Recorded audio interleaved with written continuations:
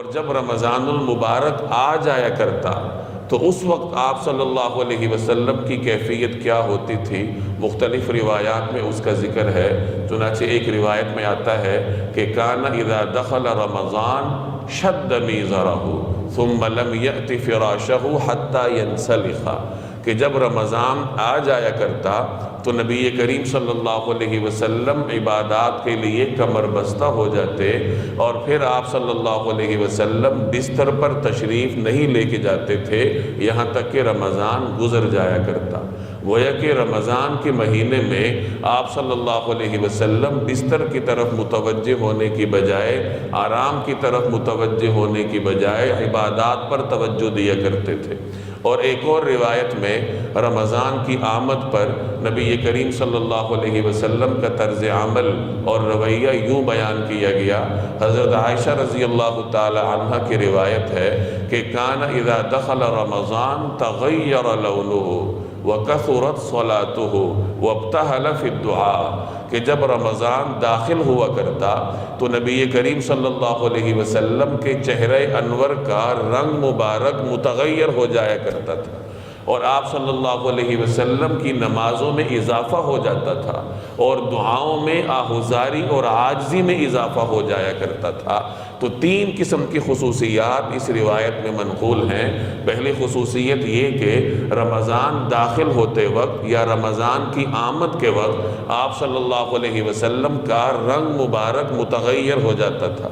محدثین فرماتے ہیں کہ یہ رمضان کے بارے میں آپ صلی اللہ علیہ وسلم کے اندرونی تفکرات ہوتے تھے کہ اس مہینے کی جو عظمت ہے اور اس میں جو اللہ کی عبدیت کرنی ہے، اللہ کی جو بندگی کرنی ہے، تو اس بندگی کے حوالے سے آپ صلی اللہ علیہ وسلم فکر مند اتنے رہا کرتے تھے کہ آپ کی فکر مندی کے اثرات آپ کے چہرہ انور پر یوں ظاہر ہوتے تھے کہ چہرہ انور کا رنگ مبارک متغیر ہو جاتا تھا، نمازیں بڑھ جاتی تھیں۔ چنانچہ فرائض کے علاوہ نوافل کے علاوہ آپ صلی اللہ علیہ وسلم رمضان میں ایک اضافی نماز پڑھتے تھے جس کو بعد میں تراویح کا نام دیا گیا۔ اسی طریقے سے دعا میں آہوزاری آپ صلی اللہ علیہ وسلم کی بڑھ جایا کرتی تھی۔ رسول اللہ صلی اللہ علیہ وسلم کی آہوزاری اور اللہ جل جلالہ کے ہاں عاجزی ویسی ہی معروف ہے،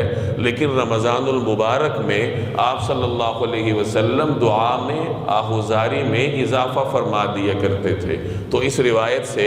ہمیں نبی کریم صلی اللہ علیہ وسلم کے رمضان المبارک کے بارے میں تین معمولات کا علم ہوا۔ پہلے نمبر پر رمضان کے بارے میں فکر مندی ہونی چاہیے۔ امت کا ہر فرد، ہر مسلمان رمضان کے حوالے سے فکر مند رہے کہ جب اللہ تبارک و تعالیٰ کی رحمت اس مہینے میں اپنے عروج پہ ہوتی ہے، اللہ جل جلالہ اپنے بندوں کی مغفرت فرماتے ہیں، اتنی کثرت سے مغفرت فرماتے ہیں کہ ایک روایت میں آتا ہے ان اللہ یغفر فی اول لیلۃ من رمضان لکل اہل القبلہ، کہ اللہ تبارک و تعالیٰ رمضان المبارک کی پہلی ہی رات تمام اہل قبلہ یعنی تمام کلمہ گو مسلمانوں کی مغفرت فرما دیتے ہیں۔ جب رمضان کے آغاز کا یہ عالم ہے تو جیسے جیسے یہ مہینہ آگے بڑھے گا اللہ کی رحمتیں اپنے عروج پر جاتی جائیں گی، تو نہ جانے اللہ تبارک و تعالیٰ کی رحمت اور اللہ کی جانب سے مغفرت کا کیا عالم ہوگا۔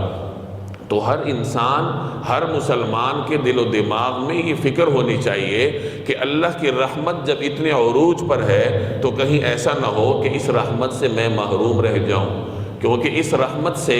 وہی شخص محروم رہے گا جو انتہائی درجے کا بدبخت ہو، اور ہر مسلمان کو اس قسم کی بدبختی سے اللہ کی پناہ مانگنی چاہیے۔ تو پہلے نمبر پر آپ صلی اللہ علیہ وسلم کے معمول سے ہمیں یہ سبق ملا کہ رمضان کی آمد کے وقت انسان میں فکر مندی ہونی چاہیے، اور دوسرے نمبر پر انسان اپنی نمازوں میں اضافہ کرے، اور تیسرے نمبر پر ہمیں اس روایت سے یہ معلوم ہوا کہ دعا میں آہوزاری میں شدت لانی چاہیے۔ یوں بھی ہمیں دعا میں آہوزاری کرنے کا حکم ہے، بلکہ یہاں تک ارشاد فرمایا گیا کہ اگر تمہیں رونا نہیں آتا تو رونے کی شکل و صورت ہی بنا لو، یا تو دعا میں رویا کرو، آہوزاری کرو، لیکن اگر کسی کا دل سخت ہے، اسے آسانی سے رونا نہیں آتا، رونا آنا کیفیت کا طاری ہونا کوئی ضروری نہیں ہوتا، یہ تو کیفیات ہوتی ہیں، کسی پر آ جاتی ہیں، کسی پر ذرا دیر سے آتی ہیں، تو یہ کوئی کمال کی بات نہیں ہوتی۔ لیکن بہرحال اگر کسی کو رونا آتا ہے تو اچھی بات، اگر رونا نہیں آتا تو حدیث میں فرمایا گیا کہ پھر رونے کی شکل ہی بنا لو، اللہ جل جلالہ کے ہاں ہماری یہ رونے کی شکل بھی مقبول ہے۔ تو رمضان المبارک میں ان 3 معمولات کی کثرت کرنی چاہیے۔